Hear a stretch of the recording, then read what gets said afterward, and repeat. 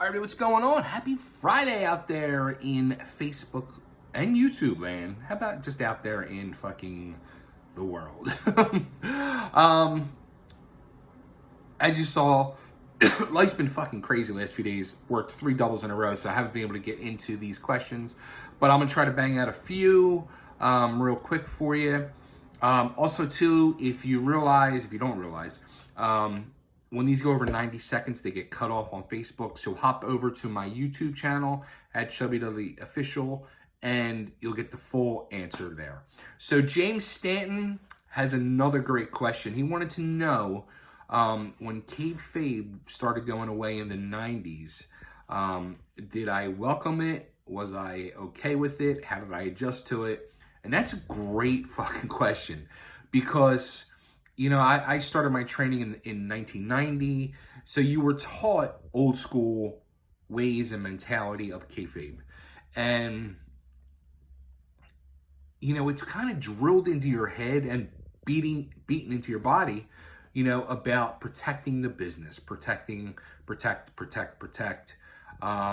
Because, you know, especially when you meet people who are not fans of the business, the first question they fucking ask you is it fake? Is it real? So when the whole kayfabe thing went away, you know, with ECW breaking that wall down, it was weird. It was confusing because not everybody jumped on board. You know, the old school people were very pissed about it. They did not want to break kayfabe. They did not want to make that adjustment. They wanted to keep that barrier and that wall up, which is understandable. But you know, I felt like it needed to be done. But I was kind of mixed too because I am a guy who appreciates change and welcomes change, but I have to slowly get into that change and truly learn the ins and outs of it and respect change and make sure it's the right thing that needs done. So I was on both sides of the fence initially, but as time went on, especially being a part of ECW, I welcomed it and was happier with it more.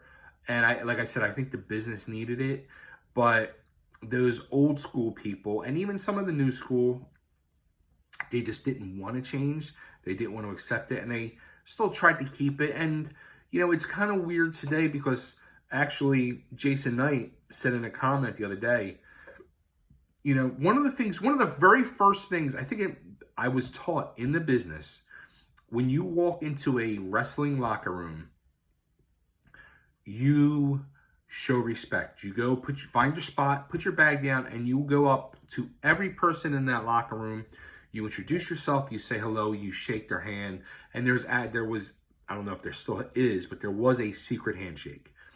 According to Jason, who commented just the other night, he said they don't do that anymore, which I don't like at all. Not one fucking bit. That was the whole, by that show of respect, it helped, in my opinion, form bonds in that locker room and friendships and respect, and made some of those locker rooms and some federations that ran regularly, made it like a family type atmosphere. So I don't like that. If that's the truth, if that's really what's going on, I don't like it.